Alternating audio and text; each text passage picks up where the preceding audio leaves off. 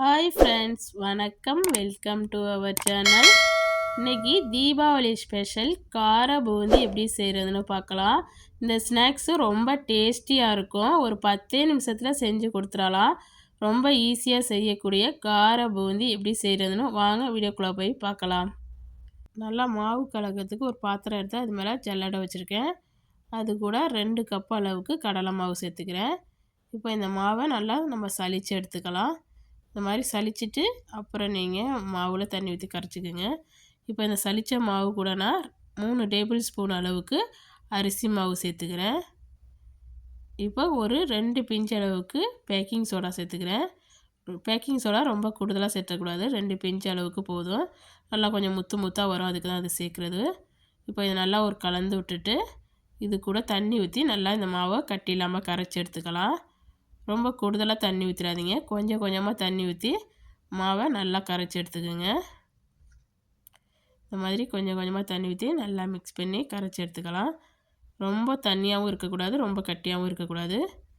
நம்ம தோசை மாவு மாதிரி இருக்கணும். பாருங்கள், இப்போ நல்லா கரைச்சாச்சு, கட்டி இல்லாமல் இப்படி இருக்கணும் மாவு. இப்போ மாவு ரெடி ஆகிடுச்சு. நம்ம இப்போ பூந்தி செய்ய கிளம்பலாம்.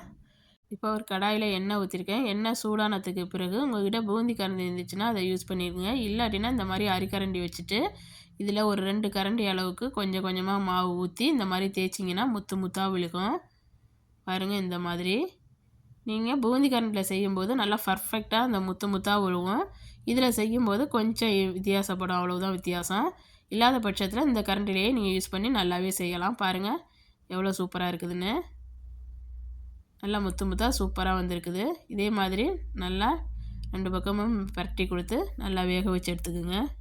கலந்துக்கிட்டே இருங்க, அப்போ தான் ஈவனாக வேகும். இல்லைன்னா ஒரு பக்கம் கலராகவும் ஒரு பக்கம் கலர் கம்மியாகவும் இருக்கும். இப்போ நம்மளுக்கு ரெடி ஆகிடுச்சு. இந்த மாதிரி கலர் கொடுத்த உடனே நம்ம வெளியில் எடுத்துட வேண்டியதான். ரொம்ப கலர் கற்க விட்டுறக்கூடாது, அப்புறம் கலர் சுத்தர சேஞ்ச் ஆகிரும். வெளியில் எடுத்தது மரமும் கொஞ்சம் கலர் வரும். இதே மாதிரி மீதி இருக்கிற மாவு எல்லாத்துலேயும் பூந்தி செஞ்சு எடுத்துக்கலாம்.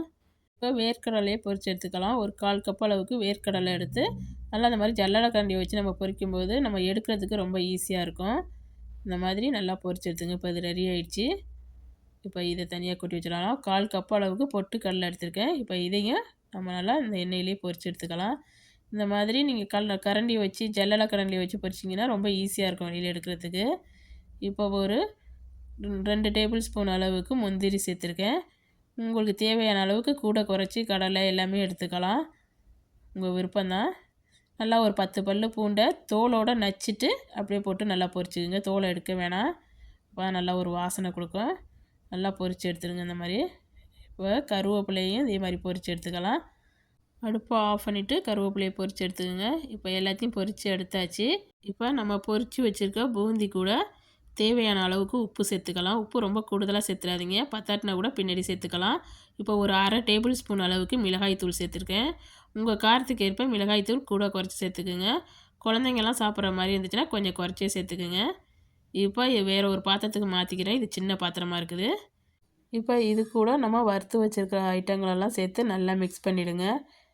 நல்லா மிக்ஸ் பண்ணிவிட்டு உப்பு காரம்லாம் கரெக்டாக இருக்கான்னு செக் பண்ணிடுங்க. இப்போ இந்த ஸ்டேஜில் குறைஞ்சிச்சின்னா நீங்கள் போட்டு மறுபடியும் கலந்துக்கலாம். அவ்வளவுதான், நம்ம சுவையான காரசாரமான கார பூந்தி சூப்பராக ரெடி ஆகிடுச்சு. இந்த வீடியோ உங்களுக்கு பிடிச்சிருந்துச்சுன்னா இந்த வீடியோக்கு ஒரு லைக் கொடுங்க. மறக்காமல் என் சேனலை சப்ஸ்கிரைப் பண்ணி வச்சுக்கோங்க.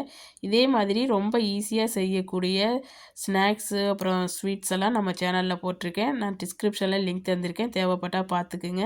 இந்த வீடியோ பார்த்த அனைவருக்கும் நன்றி.